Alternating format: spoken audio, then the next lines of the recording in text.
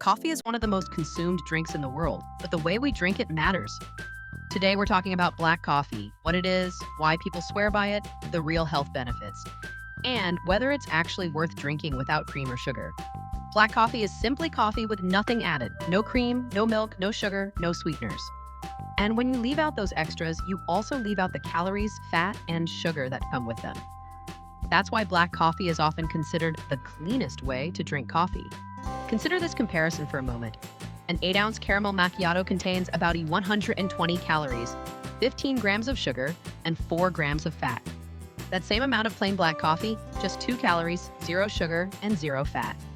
When you drink coffee black, you're getting coffee in its pure form, without ingredients that can cancel out some of its potential health benefits. There's also a small but important benefit to drinking coffee black. Without milk or cream diluting it, you get coffee's antioxidants and caffeine at full strength. These compounds are believed to be responsible for many of coffee's health effects. While adding a splash of milk won't suddenly erase the benefits, loading coffee with sugar and cream can make a big difference over time. Most studies don't focus specifically on black coffee, but research on coffee in general shows some impressive potential benefits when consumed in moderation. Several studies link regular coffee consumption to a lower risk of Alzheimer's disease and other forms of dementia.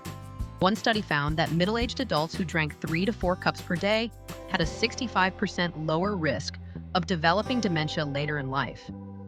However, very high intake, over 6 cups a day, has also been linked to increased risk in other studies. So moderation matters. Research shows that the more coffee people drink, the lower their risk of developing Parkinson's disease. For those who already have it, caffeine may help improve movement control. Coffee has been associated with a lower risk of several cancers, including breast, colorectal, and liver cancer. This is thought to come from coffee's antioxidants, which help protect cells from damage. That said, coffee also contains trace amounts of acrylamide, a potential carcinogen, though current evidence suggests the benefits likely outweigh the risks. Coffee appears especially beneficial for the liver. Studies show that drinking 4 or more cups per day may reduce the risk of alcoholic cirrhosis by up to 80% and non-alcoholic cirrhosis by about 30%. Because caffeine is a stimulant, coffee is a known mood booster. Some studies suggest drinking 4 or more cups per day may even reduce the risk of depression. People who drink coffee regularly have a lower risk of developing type 2 diabetes. One large study showed that for every extra cup of coffee consumed daily, diabetes risk dropped by 11%. But there's a catch.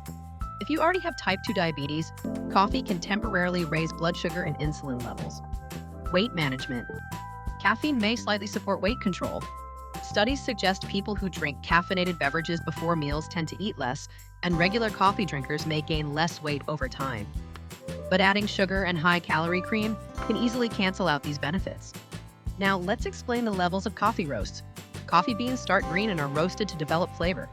The roast level affects both taste and chemistry. Light or blonde roasts are brighter, more acidic, and have slightly higher caffeine. Medium roasts offer a balanced flavor profile.